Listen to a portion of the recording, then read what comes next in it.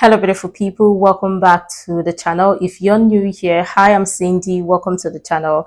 Today's video is quite an interesting one. It's about, or the title reads, Why Britain is Nearly Impossible to Invade. All right, we are going to check this video together. And again, I'm hoping, fingers crossed, that we get interesting information from this video. If you've seen this video before, let me know what your thoughts are in the comment section below. And if you're British, you can also share your thoughts in the comment section below based off of information that you know, because again, I love history and I love learning too. So yeah, we're going to dive right into this video together. Let's check it out. Every great empire in Europe has dreamed of it. Spain, France, Nazi Germany, even the superpowers of the modern age. And every one of them ran into the same brutal truth. Britain is not just an island. Britain is a trap built by geography, hardened by history, and defended by forces no invasion fleet has ever beaten. You can cross deserts, break armies, and burn continents, but you do not cross the channel and live long enough to tell the story. Because the moment an invasion force points itself at Britain, it enters a kill zone shaped by savage maritime weather, fatally narrow choke points, and a naval doctrine that has spent 500 years specializing in one thing, killing anything that tries to land. The English Channel has swallowed armadas, drowned armies, and destroyed the ambitions of 3 continents. Even modern technology hasn't made Britain easier to invade. It has made it mathematically impossible. Before the first soldier even touches the sand, the invasion collapses under physics, logistics, and Britain's ability to strike from below the waves, above the clouds, and across the sea simultaneously. This is why no country on Earth has ever conquered Britain through a cross-channel landing. And it's why no country alive today, not even a superpower, can change that. Every invasion of Britain begins with the same mistake. Believing the English Channel is just water. It isn't. It's a 34-kilometer execution zone that has drowned fleets, snapped masts, capsized troop barges, and shredded the plans of the strongest armies Europe ever produced. People imagine the Channel as a calm strip of blue separating Britain from France. That's geography on a map. The real Channel is a violent, shifting, unstable corridor shaped by 3 converging seas, colliding tidal systems, and microstorms that form and vanish so fast, satellite images struggle to predict them. On calm days, the water looks harmless. On operational days, it's a weapon. A fleet can launch under clear skies and find itself fighting a horizontal hurricane before reaching the halfway point. And landing craft, the core of any invasion, are the vessels least capable of surviving these shifts. Flat-bottomed hulls slam into erratic waves, electronics fail under sudden spray bursts, and even a... I have to pause it here because I've got this question. I haven't actually thought about why other countries can't invade Britain, but this video is an eye-opener for me. I mean, we've not even gotten far, but it's already saying a whole lot of things. But again, I love checking videos like this. mild swell is enough to flip or flood them. This is the same physics that wrecked the Armada, stalled Napoleon, and made Hitler's generals admit Sea Lion was not a military operation, but a mass suicide plan. Below the surface is worse. Fast currents ripping vessels off course, sandbanks that shift monthly, and shallow choke points where any formation collapses into chaos. Modern navigation helps, but it cannot change the fact that amphibious ships must approach slowly, predictably, and within range of every weapon Britain can bring to bear. Invasion fleets don't die on the beach, they die before the beach. The Channel destroys fleets, but anything that survives faces something far worse. Britain never built its power on armies. It didn't need to. An island with hostile waters only needs one doctrine to stay alive: destroy anything that tries to cross them. For 500 years, the Royal Navy was engineered around a single strategic mission: erase invasion fleets before they reach shallow water. Not defeat them at sea, not chase them, eliminate them. This is why Britain poured resources into ships instead of massive land forces. A single navy, positioned correctly, can stop 100,000 soldiers from ever touching sand. An army can only fight what lands. A navy prevents it from happening at all. Since the Tudor era, Britain designed coastal kill zones, stretches of sea where wind, tide, geography, and artillery overlap to turn the Channel into a firing corridor. Confined water multiplies defender firepower. Enemies have one approach route, predictable timing, and no space to maneuver. Britain has every advantage: range, angles, concealment, and the ability to concentrate force at a single choke point. In the missile era, this doctrine became lethal. A modern invasion fleet must survive. Anti-ship missiles that outrange escorts frigates built specifically to fight in tight waters. Wow. Hunter-killer submarines stalking from below maritime patrol aircraft tracking everything above. Oh The my closer an God. invader gets to British shores, the deadlier the firepower becomes. The doctrine never changed. The technology just made it absolute, even if an enemy could somehow neutralize the Royal Navy. The real problem begins when they face the math of amphibious warfare. If you're enjoying this deep dive, please like the video and consider subscribing to our channel. Your support helps us bring more global insights. Now, back to the video. The logistic nightmare. See, when I look at this, it reminds me, like, again, I stopped watching watching movies that also talk about countries and all of that, because majority of the time some would feed or give you some certain information that want to push a particular narrative or a certain narrative. But when I hear or watch videos like this, I'm always open-minded to watch, to listen, and pay close attention. Now, I want to know, like, based off this information, right? If you are British, what are your thoughts regarding this? Because now, majority of the time, and I understand, like, things are changing and all of that. So lots of people, when they hear information like this, they'll be like, and when I talk about that, I mean like people who sort of think that, or a country who is trying to protect themselves and also like protect other people or guard other people and all of that. Some people are really not proud of their country and all of that. We get it. Things may fall short and all that stuff. But I don't pray that any country ever go to war, because nobody is ready for that type of turmoil. But let me know what your thoughts are in the comment section below. Again, based off of this information and all of that. I've checked a couple of videos that talked about history and all of that. And majority of the time, they all say similar things.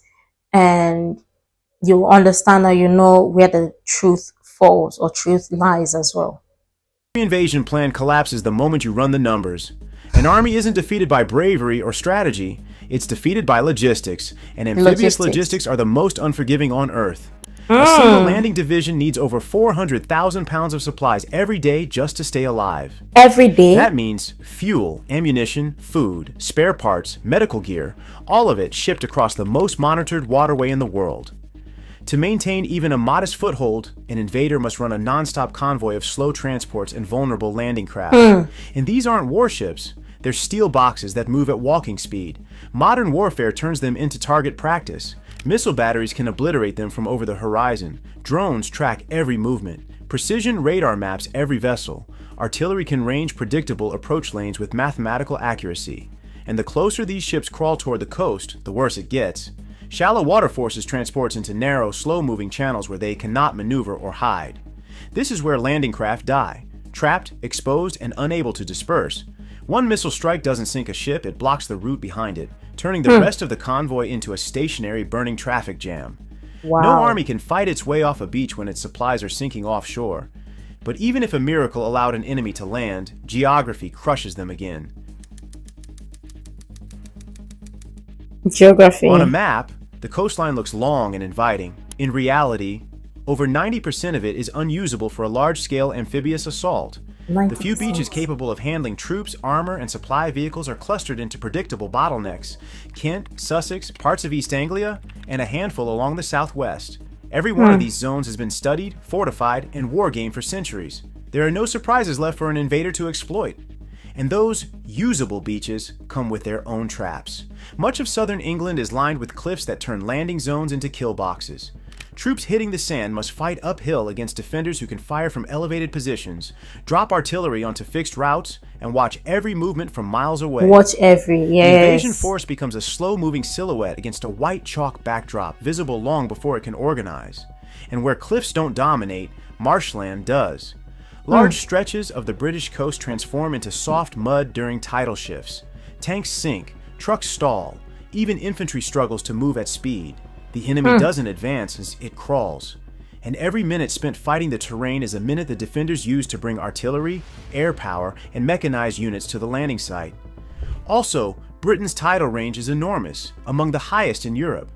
At low tide, landing craft can be stranded hundreds of meters from the shore, forcing soldiers to slog across open mudflats under fire. At high tide, those same mudflats vanish, turning safe zones into deep, chaotic surf. An invader must time its arrival perfectly, in a place where timing perfection is physically impossible. If troops somehow establish a foothold, Britain still holds the decisive edge: interior mobility. The island's road and rail networks allow defenders to redirect entire brigades faster than any invading force can push inland. Britain doesn't need a huge standing army on the beach. It needs a mobile one in the heartland. The invaders fight the terrain. The defenders fight on highways. The result is always the same: landing slow, choke, and collapse, while British reinforcements arrive faster than the invaders can unload their own supplies. Because viable landing zones are so rare, invaders have no freedom to scatter forces or fake alternate landings. I don't know if they're going to also introduce or share that or put that in this video, because I remember there was a particular video that I saw that talked about how, I know the video talked about America introducing technologies into the that's AI technologies into the that's artificial intelligence technologies into the, how do you call it, the army side or whatever. I can't really remember if pinpoint if they actually, or if in that video or if in another video they also included Britain. I don't want to misquote it. That's why I'm kind of like still unsure if I actually heard that correctly. But I know that in a particular video that I saw or I watched,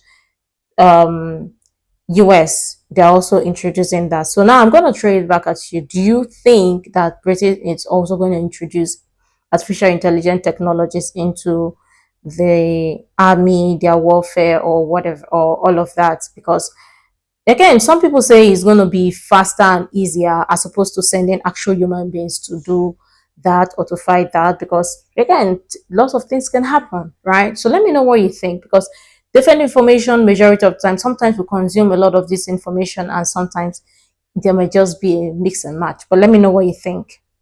Britain knows precisely where an enemy must come ashore, and it has centuries of doctrine, fortifications, and contingency plans focused on those exact coordinates. Geography doesn't just protect Britain, it funnels the enemy into pre-designed killing grounds.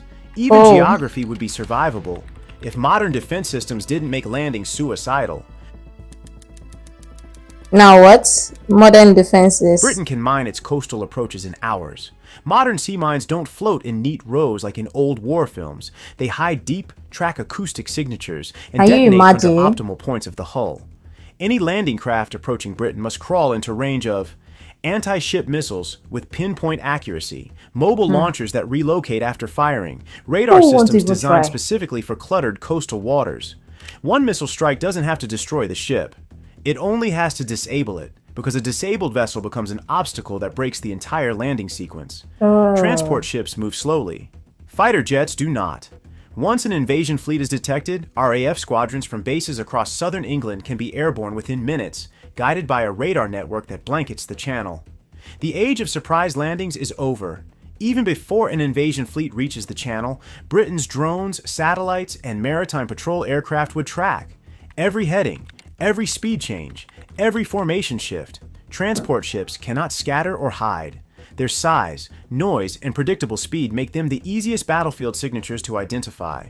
If any enemy aircraft attempt to protect the landing fleet, they enter an airspace packed with SAM systems, early warning radars, interceptor aircraft, electronic warfare platforms. The defender doesn't just outgun the attacker. It outdetects, outcoordinates, and outreacts. In modern warfare, landing craft don't approach the beach. They never get close enough to see it. And yet, all of this is still conventional warfare. Britain's true shield is something else entirely. Nuclear tripwire. Every discussion about invading Britain hits the same immovable wall. An invasion isn't just a military act, it's an existential threat. And existential threats trigger Britain's final doctrine: nuclear retaliation. At any given moment, one of Britain's ballistic missile submarines, Vanguard now, Dreadnought soon, is hidden somewhere in the world's oceans. It carries Trident missiles designed to survive a first strike and guarantee a second one. No adversary knows where it is. No satellite can track it reliably.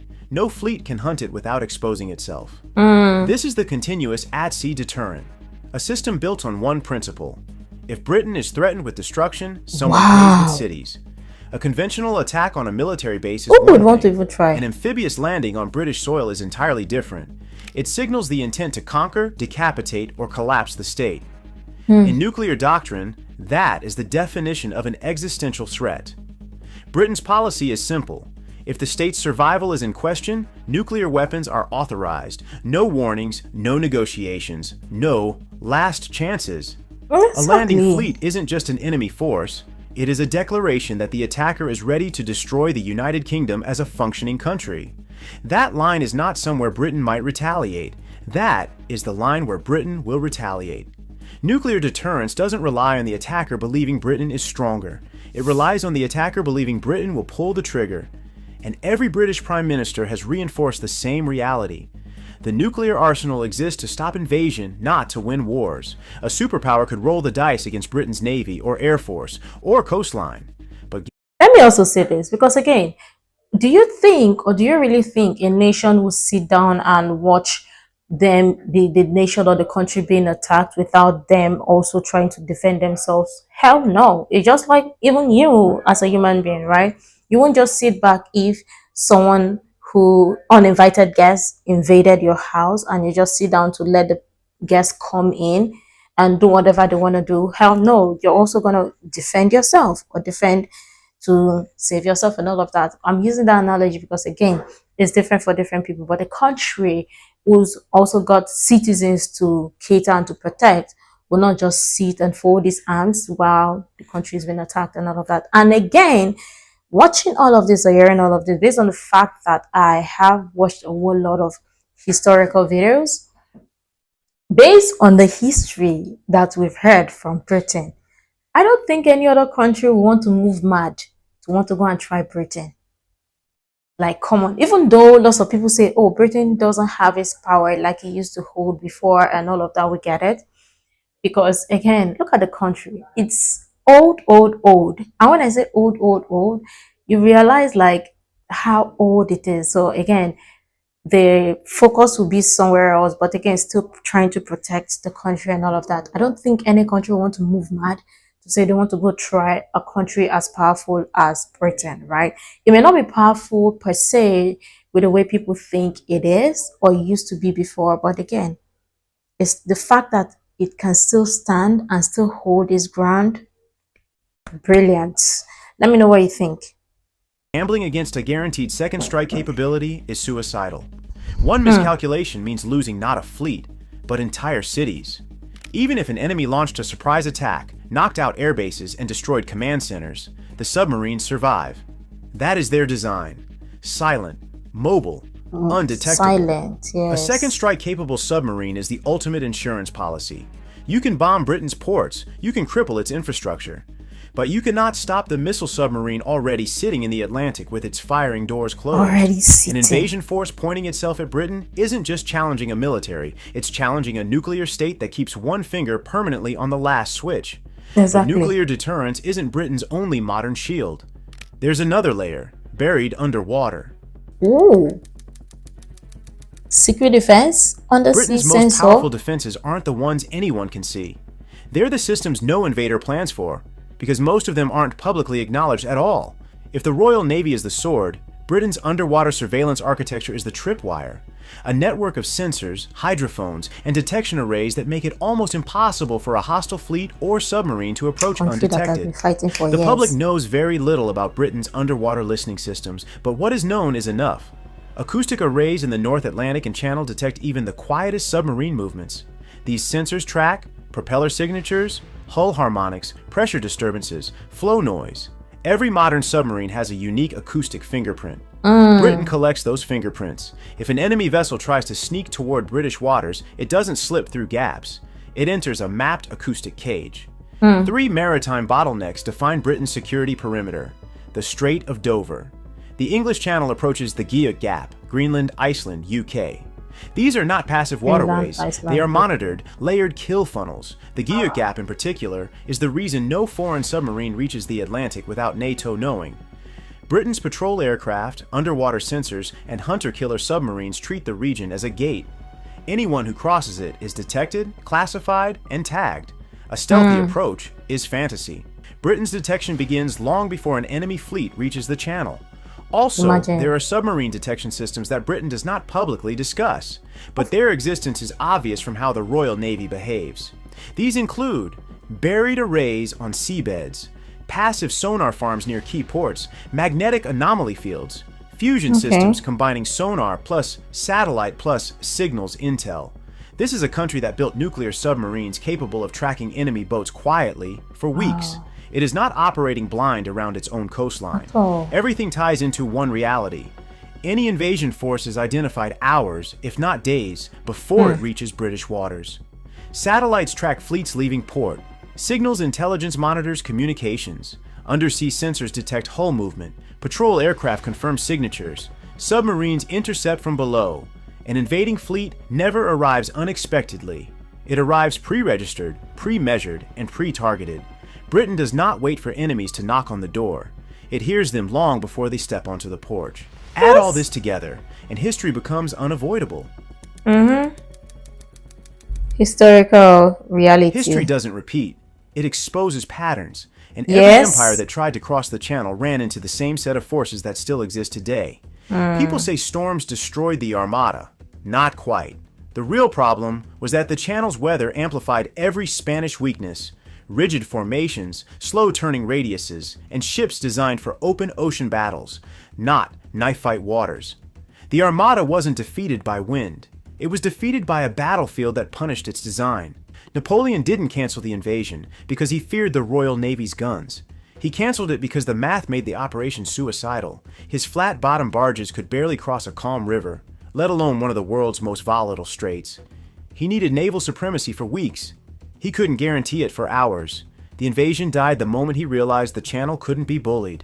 The Sea Lion wasn't abandoned because of moral hesitation or tactical errors. Germany needed three conditions: air supremacy, naval dominance, and coastal control. And it couldn't achieve any of them simultaneously. So The they, Luftwaffe couldn't kill the RAF.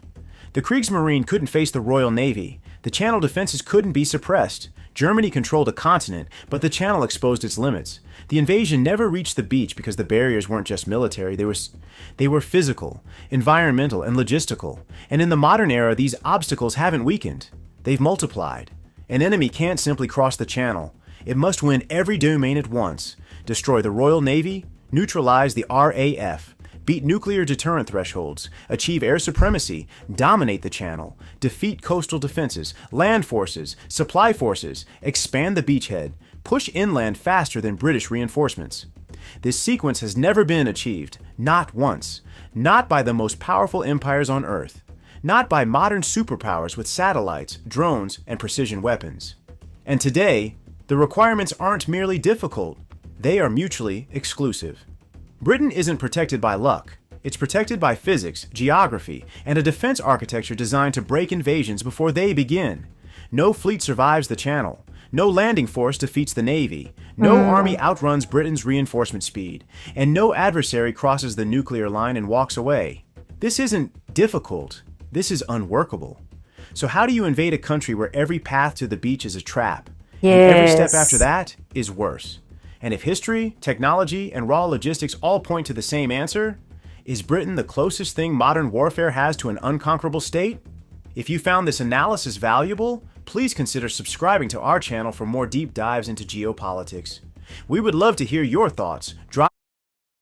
interesting. This was an interesting find, interesting watch as well. Again, there are lots of information here to also learn. But again, is very like I love when I watch videos like this and I learn something new. Although me, I'm not into more into like content. In fact, I try to want to stay away from political content and war content that also portrays or talk more about wars and all of that. Yeah, I don't want to cloud my mind or my brain with that, but I also want to also learn about other countries, how to protect themselves and all of that, learning about history per se. And from based on the information I've watched about history, I don't really think any country would want to try Britain, right? No other country want to also go and try another country, but again, they don't want to try Britain because why? Why, right? And they've done everything to try to protect themselves and be where they are today and all of that. Again, lots of people may not necessarily be proud of the country. They have their reasons for it, but this is good information. Let me know what you think again regarding this video and also other videos you might subsequently want us to check. You can leave that in the description box below as well. Let me, if you're also part of the army, in the army, or being in the army and all of that, there are some vital information you also want to share. Maybe you may not necessarily want to share as well, but I love your contribution in the comment section below. Make sure to like, comment, share, subscribe, and all that stuff. And until next time, see you in the next video.